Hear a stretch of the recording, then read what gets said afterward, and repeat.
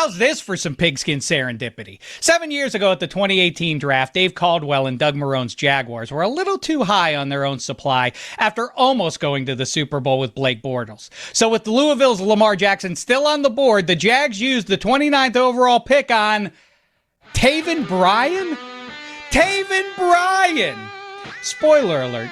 The Jags made a mistake there. Doug Marone's been an O-line coach ever since, and earlier this week, the Baltimore Ravens signed to their practice squad, you guessed it, Taven Bryan. Or was it Brian Taven? Either way, forget about the Jags. Let's talk about the team that did get Lamar, and more specifically, their head coach. You remember the Reese's Peanut Butter Cup ads? Guy eating a chocolate bar bumps into a woman scooping peanut butter straight out of the jar while she's walking down the street. You know, like people do. Point is, the combo made magic. It's kind of like that with good football coaches and great QBs. Both work on their own, but together, they can provide an even better outcome. There are many great QBs who've won Lombardis with lousy head coaches, and vice versa. But how often has the great coach, great QB formula not yielded at least one Super Bowl trip?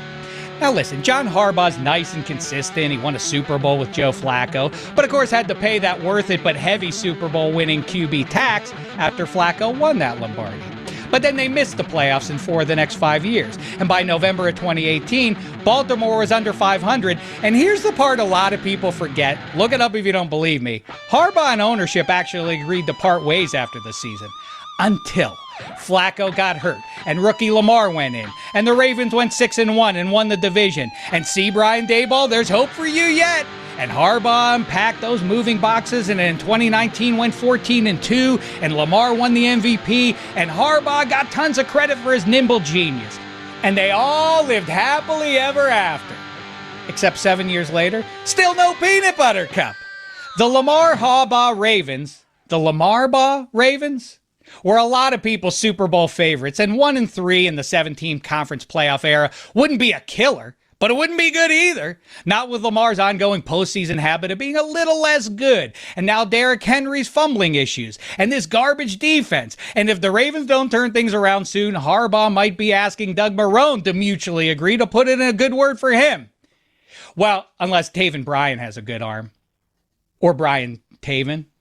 Ooh, Russell Wilson. Brian Daboll knows what I'm talking about. Let's start the show.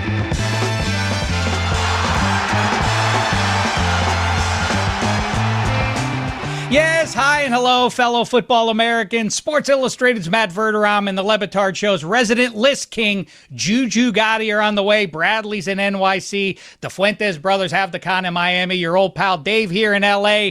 This episode of Football America is presented by DraftKings. DraftKings, the crown is yours. Welcome to NFL Week 4. Welcome to episode 11. And starting it off, as we always do, let's name the greatest number 11s in pro football history.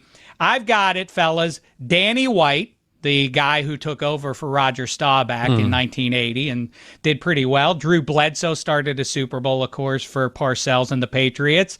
The former Micah Parsons. Champagne Tony Eason, who started Super Bowl 20 against the Bears, got replaced by neck roll Steve Grogan. I have Alex Smith, but number one, I think it's hard to quibble with. It's Larry Fitzgerald. Did I miss anybody? Dante Culpepper, maybe, but I mean, Larry Fitzgerald easily number one. Like Dante Culpepper, yeah. Culpepper's a good. Go ahead, Brad. I got Sebastian Janikowski. Seabass, yeah, left-footed. Oh yeah. First round kicker. Yeah, first round kicker. Oh, yeah. I'll also say Julian Edelman, who's definitely the best player to ever play in a Super Bowl with a concussion that he hid. Yeah, I feel like when we swoon about Brady and about the Patriots dynasty, you could either give Brady an extra 5 Lombardis or you could take away 5 from his and the Patriots ring count. There are so many flukes there, and the big fluke of that one, unless it was the Julio Jones catch, there's another number 11 for you. Julio Jones, he's probably the closest of anybody to Larry Fitzgerald. It still is Larry Fitzgerald. But Edelman makes that insane catch off the ground. And I know the career numbers do not support this. Here's a hot take. I think you can make a pretty powerhouse case that he belongs in the Hall of Fame. How many big moments do you need to deliver in the postseason?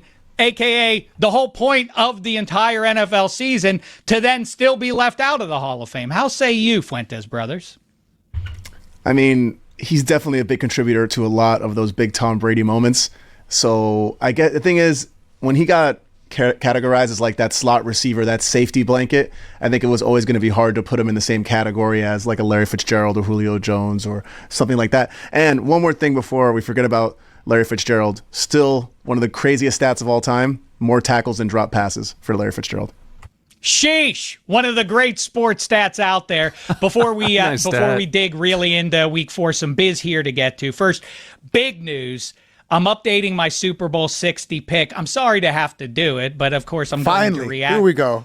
Well, whatever evidence, when let's new do this. Let's evidence do this comes thing. into me, I'm not going to dig my on. heels in. I'm not going to react to it. No faith in Mac Jones. It was the Bills versus the Niners. That's how I had it. And the odds on that had gotten shorter and shorter the more Football America talked about it. It is the Buffalo Bills versus the Green Bay Packers. I don't care what happened in Cleveland last week. That's now my pick. Welcome It's the to my Jenga side. theory. I'm pretty sure Gino predicted that at the beginning of the season. Welcome before to we my had side. Real football's getting Yeah, thrown that's all around Gino. here. That's all Gino. Listen, good for Gino. I'm happy Drafted for him. Now we're off on- of Gino. We're now in the same spot. It's the Jenga theory. He is their Jenga piece. He's been removed. Now the Niners are going to collapse. Maybe not collapse, but they're not going to go to the Super Bowl. Meantime, shout out to all the Football Americans who've subscribed and shared the good word. We appreciate you. Special thanks to the Football American of the Week, Los Real Ali. He put some great artwork out there on social media. I hope you've gotten a chance to take a look at that. It's grand stuff. Great episode to start the week with Greg Rosenthal and Jeff Schwartz. Go back and listen to that if you get a chance. Like I said, keep spreading the good word. And as far as that goes, a decade after Football Baby first made the scene, we're now looking for a new Football Baby, also out on social media. Send in your baby and let's see if he's magic or she is magic and can pick football games. Now, it's time for this week's Pick Six presented by DraftKings. The crown is yours. We're going to build a lineup together, Mike, Gino, and Mike, together instead of doing our separate ones because, quite frankly, I'm a little disappointed in our collective performance so far. 3 weeks in, and we haven't won the $1 million yet. So let's see if we can fix that. Here's this week's Football American Pick Six lineup. If we win, we all retire. And I'm going to start it off with, tell me what you guys think about these plays. Quentin Johnson over half a touchdown. He's had 3 touchdowns on the season, none in week 3. But in fact, against the mighty Broncos defense, his targets increased up to 10. So I think he gets in the end zone. Jordan Mason over 78.5 rush yards, 116 just last week against the Bengals. Now, people will say, well, it came against the Bengals. My retort, have you seen the Steelers run defense? Mahomes over 25.5 rush yards. He had 2 against the Giants, but that game was never in question. In the first 2 weeks, 57 and 66 rush yards. He'll go well over the 25.5. And lastly, Jaylen Warren over 23.5 receiving yards, 86 and 34 in his last 2 games. Plus, the guy who throws him the ball, Aaron Rodgers, said, we got to get that guy the ball more. So that makes good sense to me. How say you? I think Jaylen Warren is a good call. I think Aaron Rodgers is going to be terrified with that Brian Flores blitz coming at him. So he'll probably just, that dump off where he just falls back and drops it off. Oh, I do. A lot of that. Yeah, and I think Patrick Mahomes, he's clearly the number 1 rushing option for the Chiefs. It's terrible. He has 125 on the year. Isaiah Pacheco behind him with only 92, so almost 30 yards more than the next closest guy. I think he's going to keep that up. I think it's going to have to become a permanent part of his game if they really want to get their offense going. Okay. Do you guys want to throw some in here? Like I say, this is a combined effort. We're going to split the $1 million 33% apiece, and we'll give 1% to Bradley, I guess. Although, Thanks, guys. Yeah. Well, no, we haven't appreciate settled it. that yet. Maybe. Wait. Fine. Seems a bit generous. Okay. All right. I'm going to go Josh Jacobs here. They're playing against the Cowboys on Sunday Night Football. The Cowboys defense is awful, and I think Josh Jacobs falls into the end zone. It could be receiving, it could be rushing, it doesn't matter. Over a half touchdown, easy score for me. Yeah, and for me, I think I'm totally on the Caleb Williams train for the rest of the season. The Dallas game got him right. I don't like Vegas' defense at all. He'll also throw for over 1.5 touchdowns again this week. All right, there you have it. Our combined list, or is this what we're going to go with here? This is our final 6. Mike, you're okay with Gino's plays and vice versa? Yeah, this is the one that's going to have us not in here on Monday. It was great knowing you, Football America. I'll be in Mexico if you need me. Start spinning up the margaritas. Let's go. Ooh, that's a good conversation. Well, let's do one more show after we win the $1 million, and we'll talk about how we're going to spend. You guys have fun. I'll be in Mexico if you guys need me. Hi and hello, football Americans. Did you hear the news? Football is back, and so is your shot at big wins. With DraftKings Pick 6, the official fantasy partner of the NFL, your game day instincts can score you real money fast. Here's the play. Just pick more or less on 2 or more player stats, from breakout rookies to elite QBs, and unlock the upside every snap brings. The better your calls, the bigger your payout. This week, Mike and Gino Fuentes helped me figure out my pick 6, including Russell Wilson's passing yards, how many touchdown passes Patrick Mahomes may or may not throw. Get in there, surf around, and find your favorite plays there. And here's the kickoff bonus. New DraftKings customers get $50 in bonus picks with just a $5 entry on your first pick set. So this season, play your player instincts. Download the DraftKings Pick 6 app now and use the code Dameshek. That's the code Dameshek, D-A-M-E-S-H-E-K. Play just $5, get $50 in Pick 6 bonus picks. Make the call. Ride the upside in partnership with DraftKings Pick 6. The crown is yours. All right, with no further ado, let's get ready to ramble! I am thrilled to say hello to this fella. He is the resident list maker of the Dan Le Batard universe. Or was he until Dameshek arrived? It's time to settle this hash once and for all. It's JuJu Gotti. What's happening, pal? And before you even say hello, what a coincidence, or is it serendipity? It's our 11th show. We're listing the greatest NFL players in history, and you're wearing the number 11. You feel me? Well, first of all, I'm so happy and honored to share a microphone booth with you, a stage with you, anything I can share with you, Brother Dave. It's an honor. But yeah, this is actually, I wanted to show my allegiance to you. You feel me? I love the Bills and I love the Eagles. So this is my, what was her name? Dana Jacobson, a version of the NFL right here. But it's number 11, lucky. I always love when they do that, when they cut away to the mom whose 2 sons are playing in the game, and they're like, oh, tough day for her. Like, is it a tough day for her? Her 2 sons are in the NFL. I don't think it's that bad. I'm not down in the dumps for her situation. All right. She's doing fine. Millionaires. JuJu, here's what I'd like to do. I'd like to trade lists. As I say, everybody knows who you are. You don't need the introduction as the resident list maker. As a vain guy, I'd like to share a list with you that's kind of, over the last week or so, it's kind of entered my brain with the rise of Danny Dimes, nay, Indiana Dimes, or Indiana Jones, or whatever you want to call him. All of a sudden, Colts fans had no reason to be excited going into this season if they were listening to the experts, but here they are with one of the great stories going in the NFL. So here's my list for you right now. The best state in football America to be a football fan. Right now, time capsule it. I'm not talking about next week. I'm not talking about last week. Right now, the best cities, or I should say, the best states to be a football American in. Do you want to take a guess? Not to leave Indiana out, since I kind of tipped my hand there. You want to take a guess at another one or another couple there? Everybody can chime in if they'd like. I would say Pennsylvania has to be atop of the list because it's great to be an Eagles fan, and it's kind of not as bad as you would have thought it would be to be a Steelers fan.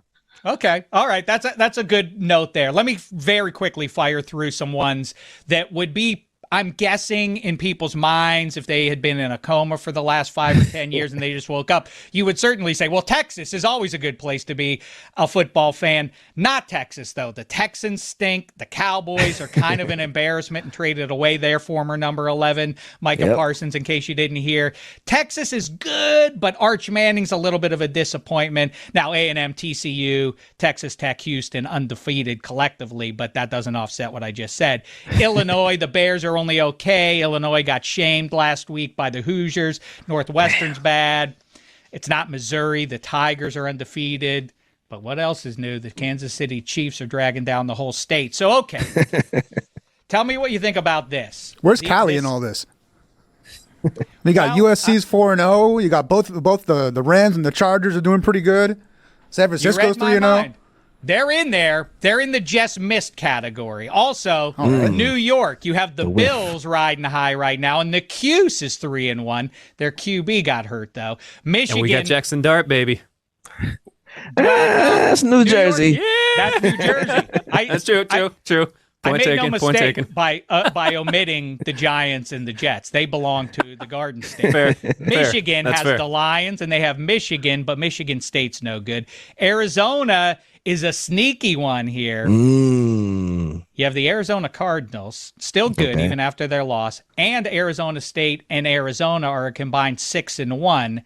To your mention there, Fuentes, California, Chargers, Rams, Niners still pretty good. USC undefeated. Now, UCLA is a national embarrassment, and there are some rough feelings out there with the Raiders living. There's a lot of Nevada California now. schools, man. You can't have it all. You're right. Now, listen, those are my my top three. California is the one that just missed here. Ready for this, Juju? Here we go. Yeah. Pennsylvania, to the Fuentes mention there, or to Juju's mention. You're right. Eagles, Steelers, Penn State undefeated. Yep. Pitt lost the backyard brawl, though, to West Virginia, and I'm still up in my feelings about that, so I dinged them and dropped them to number 3. Number 2. Hold on, wait, but we also got in Philly the Phillies fan who stole the ball from the kid. I mean, look at us. And Big Dom. Yeah, maybe, right. They're less likable as a result of those two, just left alone. Not to mention Nick Sirianni, although I just mentioned Nick Sirianni. At number 2, the best state to be a football fan right now, and this is, I think this is going to get a weird reaction, but I think it's accurate. It's the Sunshine State, Miami, where the Fuentes brothers currently sit, and I know that people are very upset about the state of the Dolphins, but that is not enough to distract me from the Tampa Bay Buccaneers playing a huge game this weekend. Okay. The Jaguars, 2-1. I wouldn't call them good, but they're 2-1.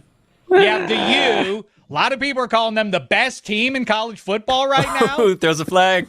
And Florida State. Go ahead, Juju. You're throwing a Matter flag of fact, at that. this is Explain. the right flag. This is the right flag. Challenge flag. I love it. We need more good challenge flags on this show. Let it be a thing. Let Juju start a whole new era here on the show. Go ahead. You're against the Florida I call. challenge your Jacksonville Jaguar, proud to be a Jags fan, take right there, because I don't know. I seen Trevor Lawrence throw a forward pass 12 yards down the field the other day. And I was like, what are you doing, brother? So I don't know. I throw the challenge flag on the Jaguars. Okay, that's fair. Collectively, though, the Sunshine State's having a good season, but you really have to blur your eyes because the fact of the matter is, if you are a Florida football fan, you're not rooting for all of Florida, and if you are, you're a disgrace. You don't get to have every team in the state, you understand. If you're a Miami fan, if you're a Canes fan, you don't also get to root for the Gators. That's not how things work, although people like to cheat that, right, Juju? That's a fan conduct violation. You're sitting there in a split jersey, so maybe I'm bringing this to the wrong person. But you're not allowed to have multiple teams like this. I think that might be what's wrong with America right now. I feel like, you know what? We taking allegiances. We being so mean to one another. You know what, kids? Root for however many teams you want to root for. If you like the Dolphins and you like the Jaguars, split that jersey up, man. Paint your face in Jaguar paint and wear the Dolphins fin on your back. If you want to root for Nebraska as well as Syracuse, knock yourself out, man. Free country, allegedly. But you know what I'm saying? Like, at least I think the world should change in that area. We shouldn't be so strict on fandom anymore. Root for who you want to root for. Don't quote me. Juju shows up here with a message of peace and how we can come together as a society. And that completely contradicts what I said in front of that. In other words, Juju, you're a jerk. Taste the blaster. You don't come in here and start showing me up with a message of being good to each other. Okay, maybe he's on to something, especially as this Pitt / Indiana Hoosiers fan roots for both teams as we move on to another week of college football action. All right, your number one answer, anticlimactic though it is, since I already mentioned it at the top there, it is in fact the Hoosier State, formerly a basketball state. And yes, PU, the Boilers stink. They're terrible, and they have for many moons now. But they're my arch rival as an Indiana University graduate, so that's fine by me. Notre Dame ain't out of it just yet. Okay. They're still in the mix a little bit. I have my quibbles with them being in the top 25, but it is what it is. But the big story, you would need binoculars to see Notre Dame in the mix right now. Neither here nor there. Keep going, brother. Well, I mean, it's the twin bill. It's the Indiana Hoosiers undefeated, and now if you've missed the update, Fernando Mendoza is the Heisman frontrunner. The Indiana Hoosiers quarterback is the favorite to win the Heisman. It's wild times. And then on top of it, Daniel Dimes, who everybody was laughing at almost more than they were laughing at Anthony Richardson, now has the Colts undefeated and in first place. Who told you that they were going to win the division? Dave Dameshek told you that before the season started. But it's sort of like JuJu, if you'll ride with me on this analogy. You know, it's sort of like being a devout Christian versus an atheist at the doorstep of death. And when it's this time ride got bumpy quick. Here's the thing. If you're a devout, if you're a person of faith and you die, and then a couple seconds later it's like, I'm at the pearly gates, I'm going to heaven for eternity. Great. I always figured this was here, and now it's been proven true. If you're an atheist and you die, and the next thing you know is you're in heaven, what a celebration it'll be. Oh, my God. I get to live for eternity in heaven. This is the best. That's what a Colts fan is going through right now. An Eagles fan is like, yeah, we better be good. That's what I expected us to be. A Colts fan is like, I got into heaven. What the hell? Now, I know it's still September, but you're picking up what I'm laying down, right? Look, this is all I got for you. Bravo. That was perfect. You walked me right up into that pearly gates and dropped me right into your point. I love it. Well, which side is better? I think we know the answer to that. Okay, JuJu, there's my list for you. Take it away. Let's hear your list for your debut as a football American. See, I didn't get the memo of make this thing short and snappy. So I made a top 10 worst NFL jerseys of all time. I'm going to speed through them. As a matter of fact, I'm going to take it down to 9 to save time. Number 9. This is an offshoot of the drip drill that we do periodically with Mike Ryan. JuJu, I like it. Throwing them out here. Here we go. I'm excited. Okay, I'm taking it down to 8. We crunch for time. Number 8, the Miami Dolphins, orange top with the white pants. Fanfare. Get them out of here. Coming in hot. Oh, my goodness. Thank God. I misheard you 20 seconds ago. I thought you were launching into the best jerseys. And if that was on your all-time list, I like where your head's at. Worst jerseys ever. We're going in the right direction here. Yes, those are Number 7, the Bears 1925 jerseys. Get them out of here. Don't throw back to that era ever. That's the last time they had a good quarterback, right? Or if they did have a good quarterback. Did they have, what were those 1925 ones? What did they look like? Are those the sort of like the orange stripes on their shoulders? They were a dumpster set on fire, made into shirts. Number 6, the Seahawks TJ Houshmandzadeh green with the blue sleeves. They only wore those. Is that the neon green you're talking about? Yes, sir. Yes, sir. A visual atrocity. I don't know why they did that to themselves. But hey, we want people to watch us. Let's watch something that is repellent to everybody's eyeballs. Great idea. Everybody. Number 5, the Buffalo Bills Takeo Spikes era. Can I go one further? Yeah. That to me, unless you float one that I've forgotten here, that is, I think, to me, the worst uniform that I've ever seen in NFL history. I like. Yes. It was two colors of blue, but neither one of them was light blue. It was like two slightly different royal blues plus red plus gray plus fat. Right. With a red helmet to top off the cherry. Get out of here. Shiny pants. The whole thing was a mess. You're right. Number 4, the Philadelphia Eagles, Carolina blue and yellow jerseys.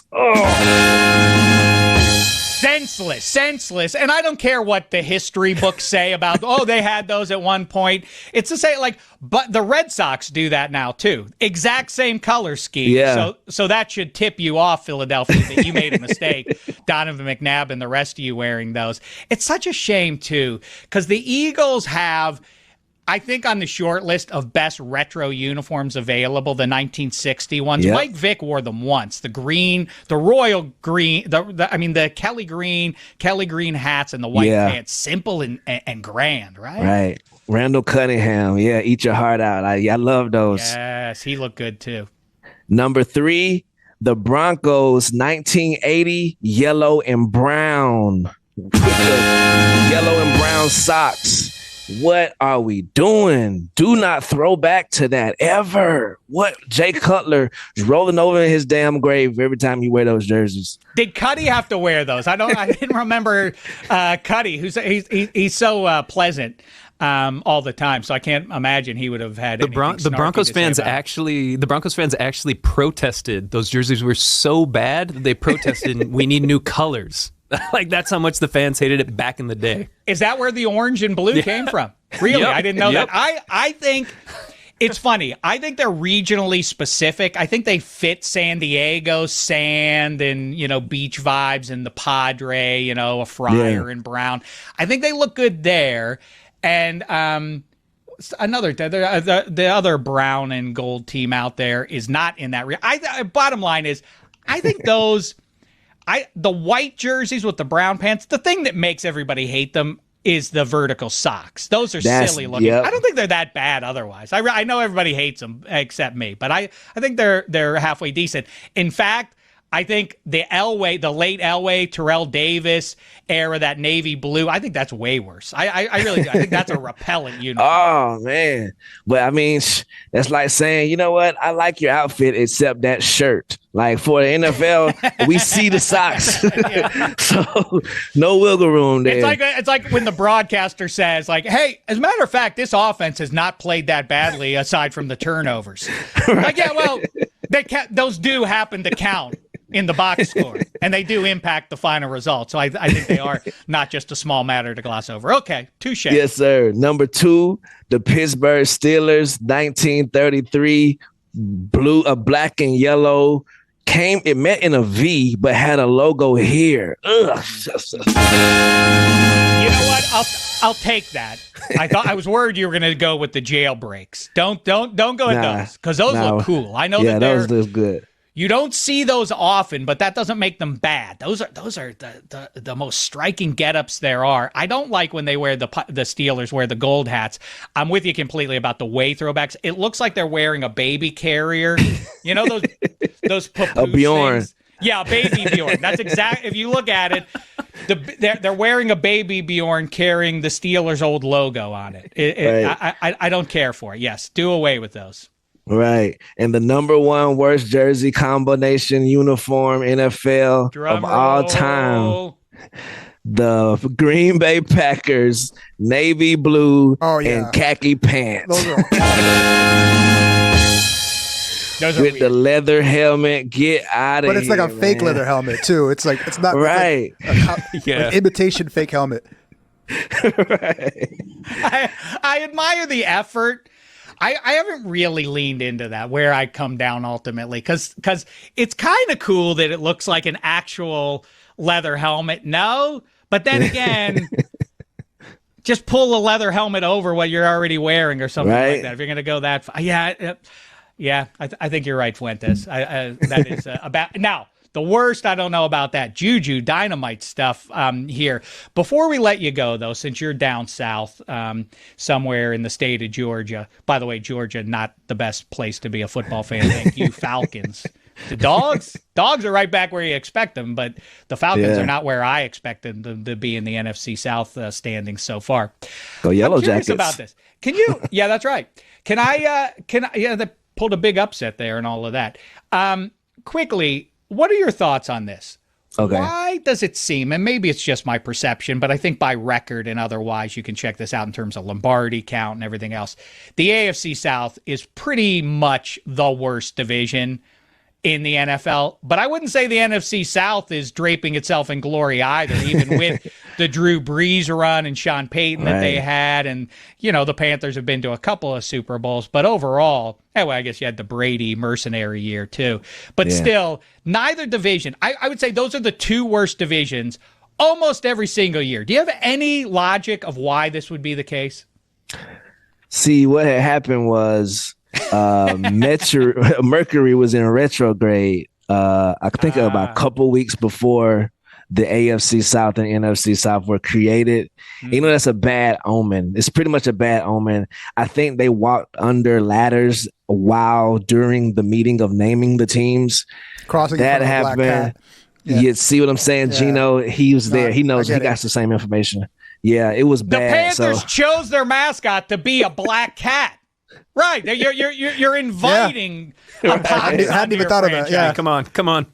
Right, come on, man. There's a lot of stuff that happened back in the day down south that I think kind of cursed the people who created them. We need new directions. New leadership would change everything, but that's never going to happen. Well, in SEC country, when it comes to the NFL, it just means less. It means a great deal, however, to me and to all football Americans to hear JuJu Gotti's voice here on Football America. We appreciate the time, Pally. Don't be a stranger. Let's do this again sooner rather than later, eh? Yes, sir. Absolutely, man. Thank you so much for having me, brother. Good times with JuJu Gotti, everybody.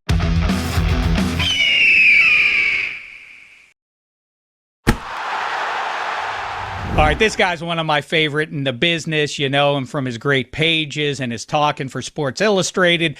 He also does that football show on the KC Sports Network, and he's the host of the Matt Verderame Show on Patreon. It's Matt Verderame, everybody. What's happening, pal? How you been? Good. How are you doing, Chuck?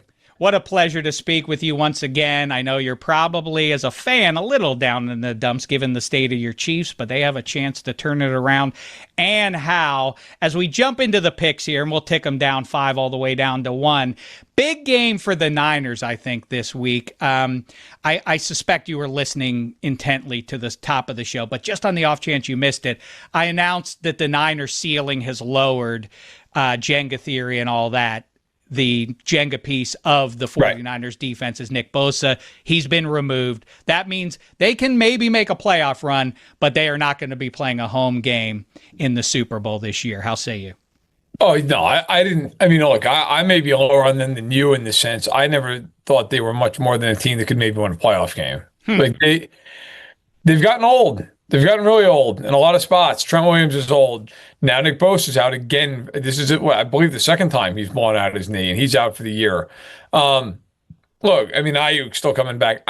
I think the Niners, could they win the division? Maybe. I think the Rams are significantly better, quite frankly, than San Francisco is. But to give the Niners credit, they found ways to win. This week against Jacksonville, like they get a Jaguars team that's won 4 games in the history of the franchise in the Pacific time zone. They just don't win out there. And even though they're 2-1, I don't know that you've been overly impressed by Jacksonville. They barely scraped by Houston. They beat a bad Carolina team.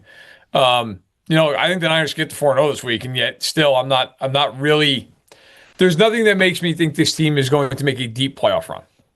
Okay.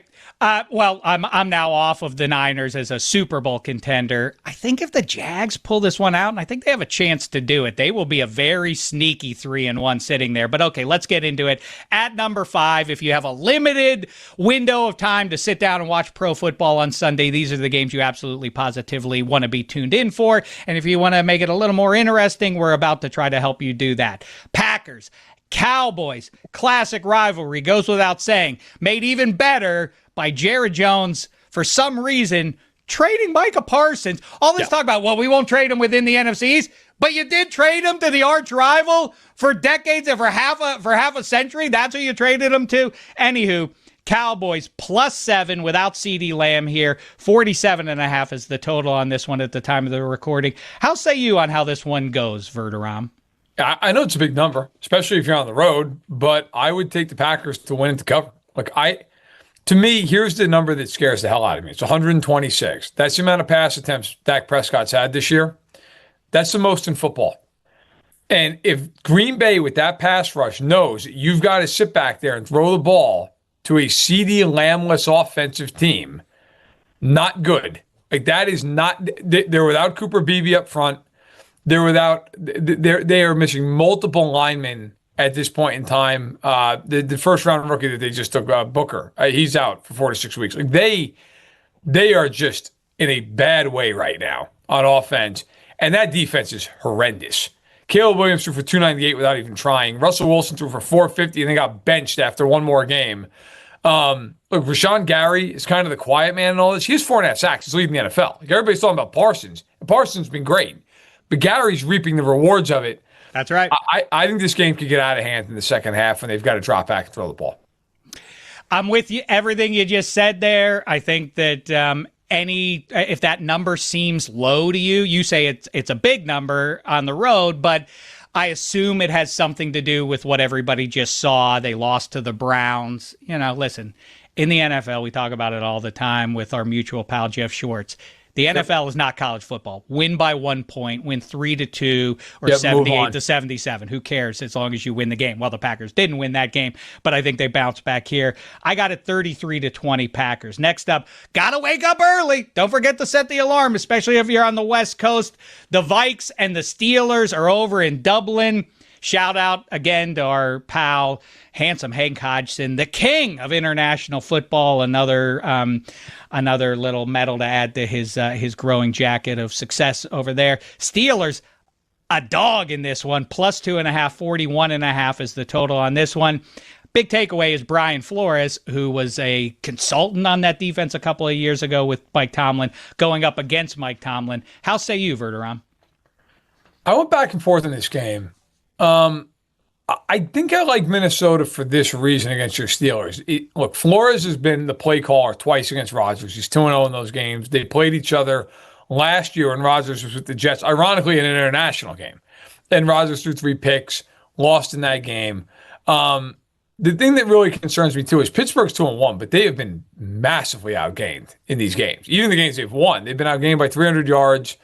They are yet to have 300 yards in a game this year. Only the Dolphins, Texans, Titans, and Cardinals do not have 300 yards in a game, along with Pittsburgh. So that concerns me. Look, Carson Wentz can be the gift that keeps giving. If you are Pittsburgh, he might throw a couple picks. I think if you're the Vikings, you're trying to mitigate that as much as possible. They're getting Jordan Addison back this week.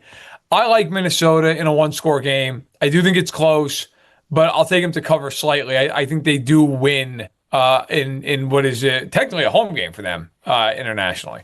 Well, I've got it, by the way. I'm with you. I've got the Vikes winning it 24-20. And I think that something I've been pointing at for the last week or more is that, Aaron Rodgers, it's nothing to do with his skill set. It has to do with his age. And he, like Peyton and Brady and Breeze, when they're on the wrong side of 40, don't want to get smacked around. And so he's getting rid of the ball a tick early.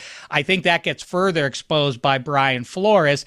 And on the other side of things with Carson Wentz, again, I'm riding with KOC. I'm not riding with the guy at the trigger, but for what it matters, this was an act of choice. I know trying to get Kirk Cousins out of Atlanta would have cost way more than signing Carson Wentz off the street.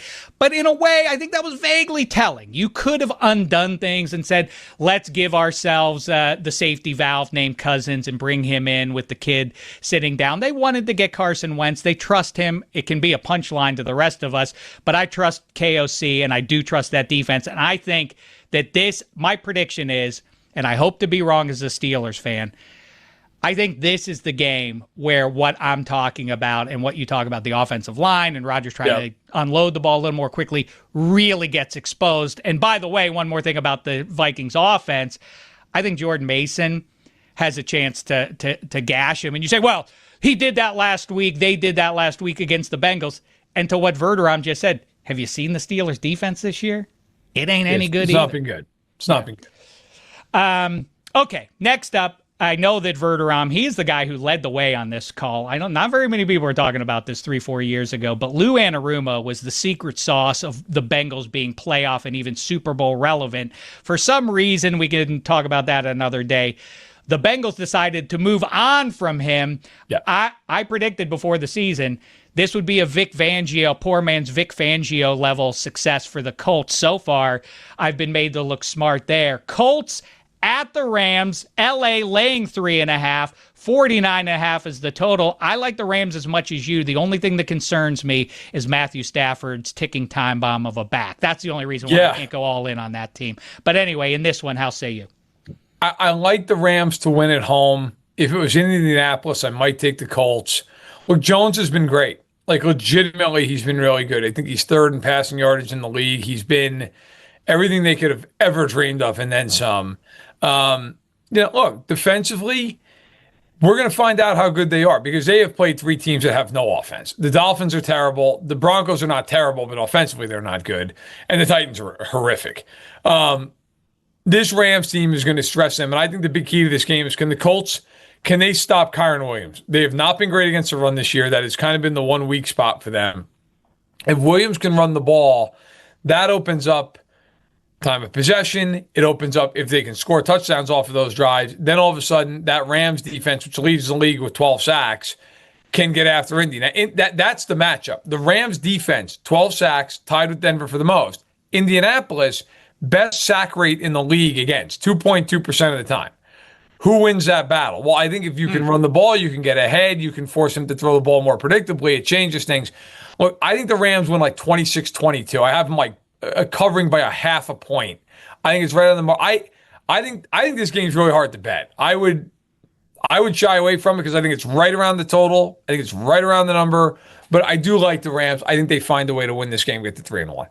And you mentioned Kyren Williams. You know, there's some buzz around the Rams that Blake Corum is really pushing hard to become a 50-50 split, and there might be some value in doing that. But either way, yeah, they're grinding them. They should be able to. It's funny. I've been talking lately about or laughing about when people. When broadcasters, when the color analysts have nothing else to say, they say something vapid like, this team fits the identity of the blue-collar community that they represent, as though people in Miami or Los Angeles are incapable of enjoying dominant defense. Like, well, I don't know what my eyes are looking at. I only can respond to the splash of all that. Their defense, like you say, the Rams I'm talking about, and same thing goes with the team they share SoFi with. That defense is real good. But, man, that Rams front seven is for real. Yes. So, yeah, I'm with you that this one comes down to pass rush.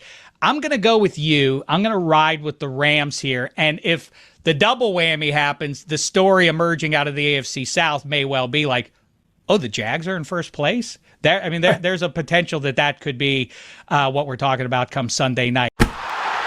Sneaky, super important game because, as I said to start the week, the winner of this one is going to be the number one seed in the NFC. Hear me now, believe me later. It's the Eagles. It's the Bucks. The home team in Tampa plus 3.5, total 43.5. Look, first of all, the Eagles this year have not run the ball well at all. Barkley's averaging 3.3 yards per carry. And part of that is they're banged up front at times. Have been at times.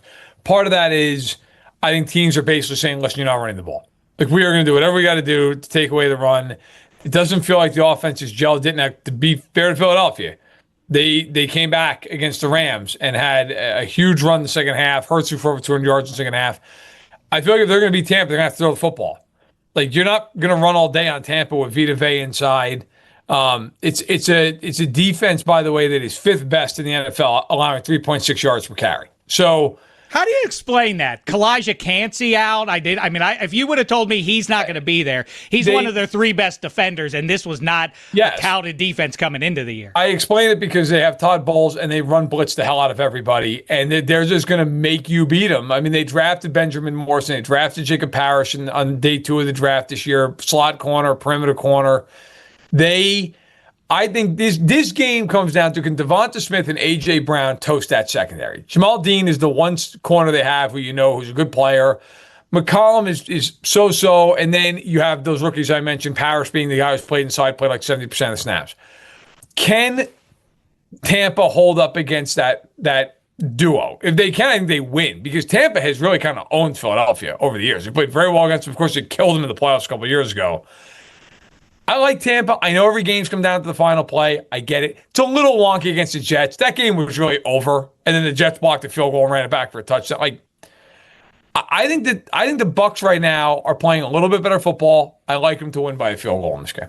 Do you buy? I hate MVP conversation, but I think for all the buzz about Danny Dimes and whoever else, I think for real Baker Mayfield deserves to be talked about here. I think Baker Mayfield at this point is easily one of the top 10 quarterbacks in football. Top 10? I mean, I think, but yeah, and in the MVP count, I think he's top 3. Well, sure. I mean, I refuse to have a conversation about the MVP in 3 weeks. I don't know why I keep bringing it up when I am the one of the front runners of stop talking about it. Yeah, you're right. You gave us a lot of crap about that. I know, you're right. There's nothing worse.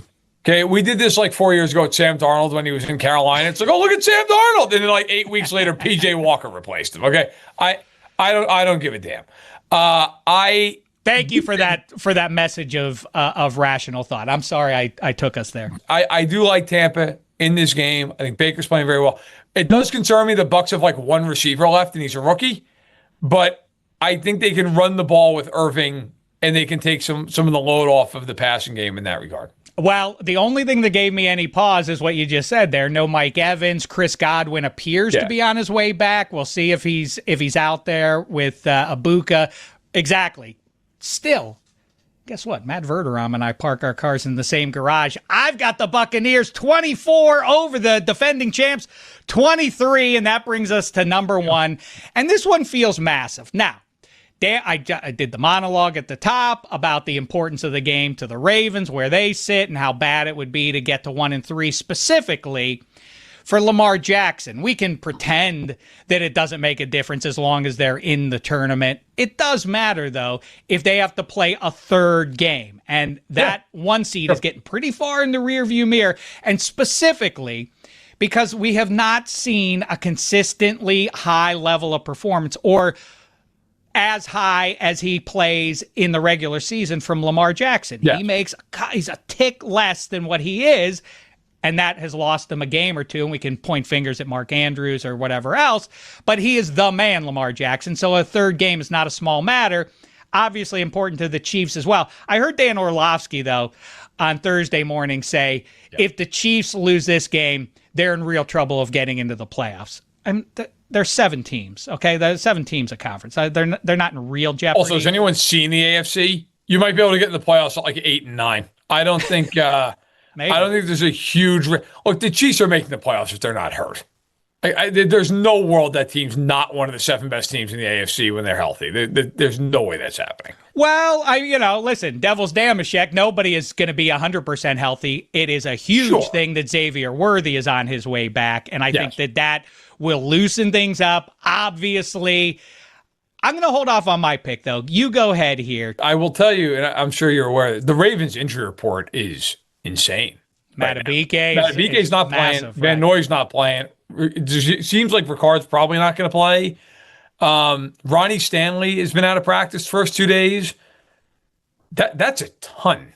That is, and I know people say, and rightfully so, well, the Chiefs won't run the ball, so it won't matter. Yeah, but if you can't get a pass rush on Mahomes, at some point it's coming. At some point in the game, especially if Worthy plays and he's tracking to, it feels like that's something that's going to matter. Look, the Chiefs have played the Ravens 6 times, including the playoffs, since Mahomes and Jackson both became their team starting quarterbacks in 2018. The Chiefs are 5-1 in those games. And the only time they lost, they were setting up for a game-winning field goal, and Clyde Edwards-Helaire fumbled. Okay, They have dominated Baltimore over the years. And part of the reason is I can tell anyone watching this how they're going to play them defensively. They're going to put a million guys in the box. They're going to play man coverage across the board with McDuffie on Flowers. They're going to spy Jackson, and they're going to say, beat us. Do it. And I don't know that Baltimore can do it. Like Bateman and Andrews have done nothing so far this year. Flowers is awesome, but McDuffie's probably a top 3 to 5 corner in the NFL. I don't trust the Chiefs offense. Worthy coming back does help them. It's at Arrowhead. I'm going to take the Chiefs to win the game. I think they find a way to win, 24 to 21, something like that. If it was in Baltimore, I might go the other way, but the injuries are just massive. It's a lot, and they're on a short week on the road. You know what? I hear all of that, but I think that the Ravens are better right now than the Kansas City Chiefs are. I think Xavier Worthy is a factor. I've got this one with the Chiefs a home dog at 2.5. Baltimore 31, Chiefs 24. There you have it there. Before we let you go, real quick, just give me a pick on this one. The Bills are laying 16.5 to the Saints. What do you think about a number that big? 35 points. I think they're literally You're doing that one? to 10. Yeah, I think the Bills, look, they'll score so many points in that game that I think the Bills ball them out. I think the Bills beat them by 3 scores. I'm a negative Nelly on that. 16.5 in an NFL game. That's a lot of points. Much. I know the Saints stink. The Saints are awful. Take the Saints. We hope you enjoyed the show. Keep spreading the good word to all your friends. Be a great football American. We'll talk to you on the other side of week 4 to break it all down and try and make sense of it for you. Until then, for everybody at the Le Batard universe, thanks so much, football Americans.